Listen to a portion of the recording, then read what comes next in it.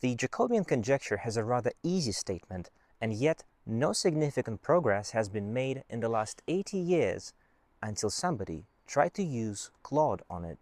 The conjecture is now proven false for dimensions 3 and higher, but the two-dimensional case is still open. Why did most mathematicians believe the conjecture must be true? What is the intuition behind the found solution? And finally, what does the Jacobian conjecture really mean? Let's begin with intuition. We have a space like a plane, which we transform back to itself, but we somehow reshuffle the points. The shuffle is, of course, given by a function. The specific type of a function we consider are polynomial. Why polynomials? Well, because you can think of them as building blocks of all other nice functions. Just remember that Taylor series is a polynomial, and most functions that are important in maths do have Taylor series. Anyway, when we shuffle the points, some problems can occur. For instance, two points that were different initially get sent to the same point, which we can visualize as gluing. Also, it can be that some points do not get sent anywhere, which gives us something like a hole. And then there are other problems. The function can be such that it stretches the space so much that some points that were close initially become infinitely far away. The Jacobian conjecture is attempting to find a condition which guarantees that none of these problems ever happen. In this conjecture, we're dealing with planes or higher dimensions, and for each dimension, we have a polynomial. If you look at the statement, you notice it talks about a Jacobian, which is simply a matrix of all partial derivatives. Now, this is weird. How can derivatives predict if any of these problematic behaviors occur? Remember the basics of calculus. Derivatives give you tangents, and tangents are the best linear approximation of a function at a given point.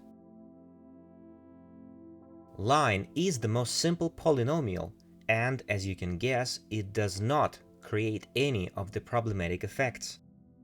Think about it and understand why. When we go to higher dimensions, we look at derivatives not just along x-axes, but along all axes, or dimensions. To have a nice derivative now means that when we put all these directional derivatives in one matrix, it should have a non-zero determinant. Because when it is zero, well, try to think what breaks down. Anyway, do you now see why the Jacobian conjecture has a vibe of being true? It says that if after we apply the function, at every single point there is a linear approximation, which means that functions are not crazy locally, then we expect that nothing breaks down on the whole space. It is quite natural to try and prove it, not disprove it. But this is exactly what Alperghi did. He found a counterexample. He disproved it.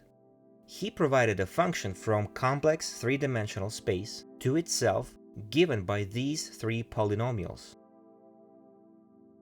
It is remarkable that the polynomials are rather simple. They have degree at most 7, and coefficients are all integers. It really looks like something a human could have come up with, and yet it was AI.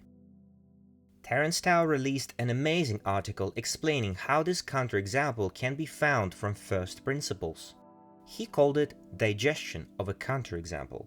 And since I do not want to do a digestion of a digestion, I will only highlight the central idea.